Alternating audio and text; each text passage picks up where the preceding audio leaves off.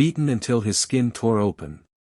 Whipped so many times his body carried permanent scars. Left for dead under a pile of stones. Starving, freezing, hunted, betrayed, and still preaching. This was not a moment of suffering. This was a lifetime of it.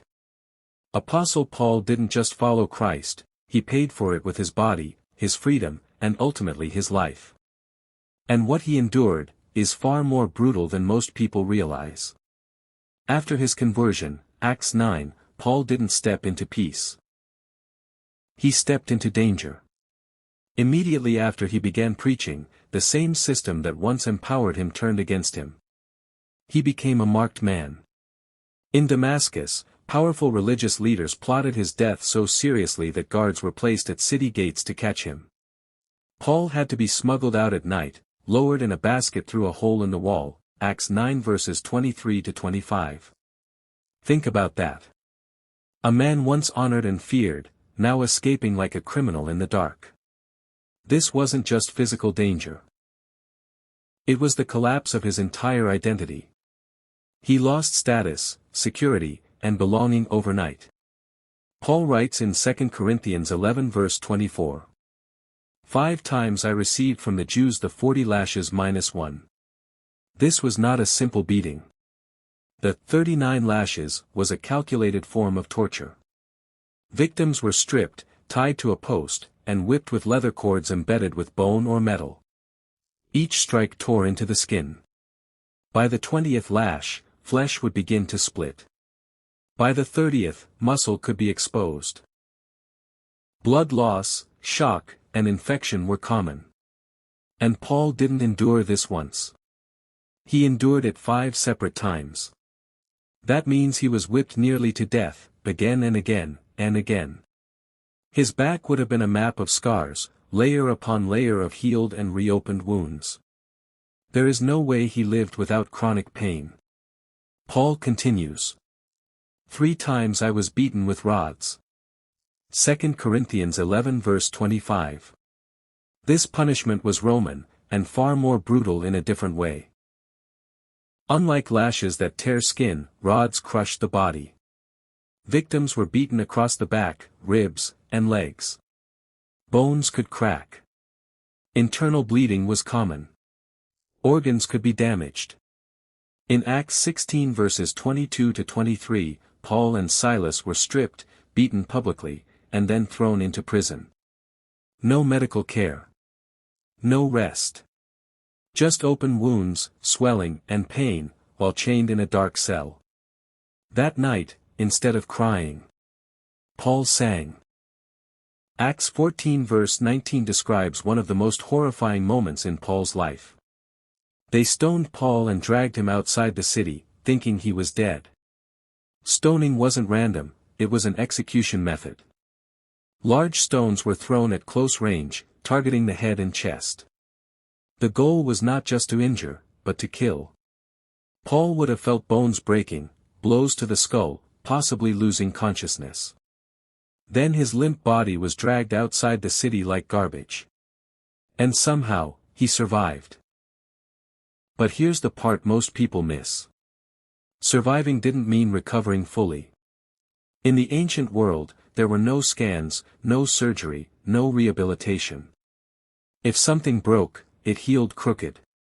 If there was internal damage, it stayed. Paul likely carried permanent injuries from this moment for the rest of his life. 3 times I was shipwrecked, I spent a night and a day in the open sea. 2 Corinthians 11 verse 25. The sea was one of the most feared places in the ancient world. No life jackets. No rescue teams. No communication.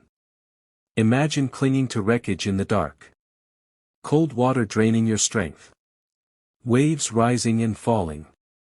Not knowing if help would ever come. A full night and day in that condition means extreme exhaustion. Hypothermia. Dehydration. Mental disorientation. This wasn't just physical suffering, it was psychological terror. Paul lists his constant reality. In danger from rivers, in danger from bandits, in danger from my own people, in danger from Gentiles. In danger in the city, in danger in the wilderness, in danger at sea. This is not exaggeration. Travel in Paul's time meant crossing flooded rivers without bridges, walking through territories controlled by robbers, being hunted by both religious and political enemies. There was no safe place. Every journey could be his last. Paul says, I have labored and toiled and have often gone without sleep, I have known hunger and thirst and have often gone without food, I have been cold and naked. 2 Corinthians 11 verse 27. This reveals a different kind of suffering, the slow, grinding kind. Not dramatic, but constant. Walking long distances with injuries. Sleeping outdoors or in unsafe places. Going days without proper food. Exposure to harsh weather. This wears down the body over time. It breaks even strong people. In 2 Corinthians 12 verse 7, Paul speaks of a thorn in the flesh. We don't know exactly what it was. But many believe it was a physical condition, possibly linked to his injuries or eyesight. He begged God to remove it.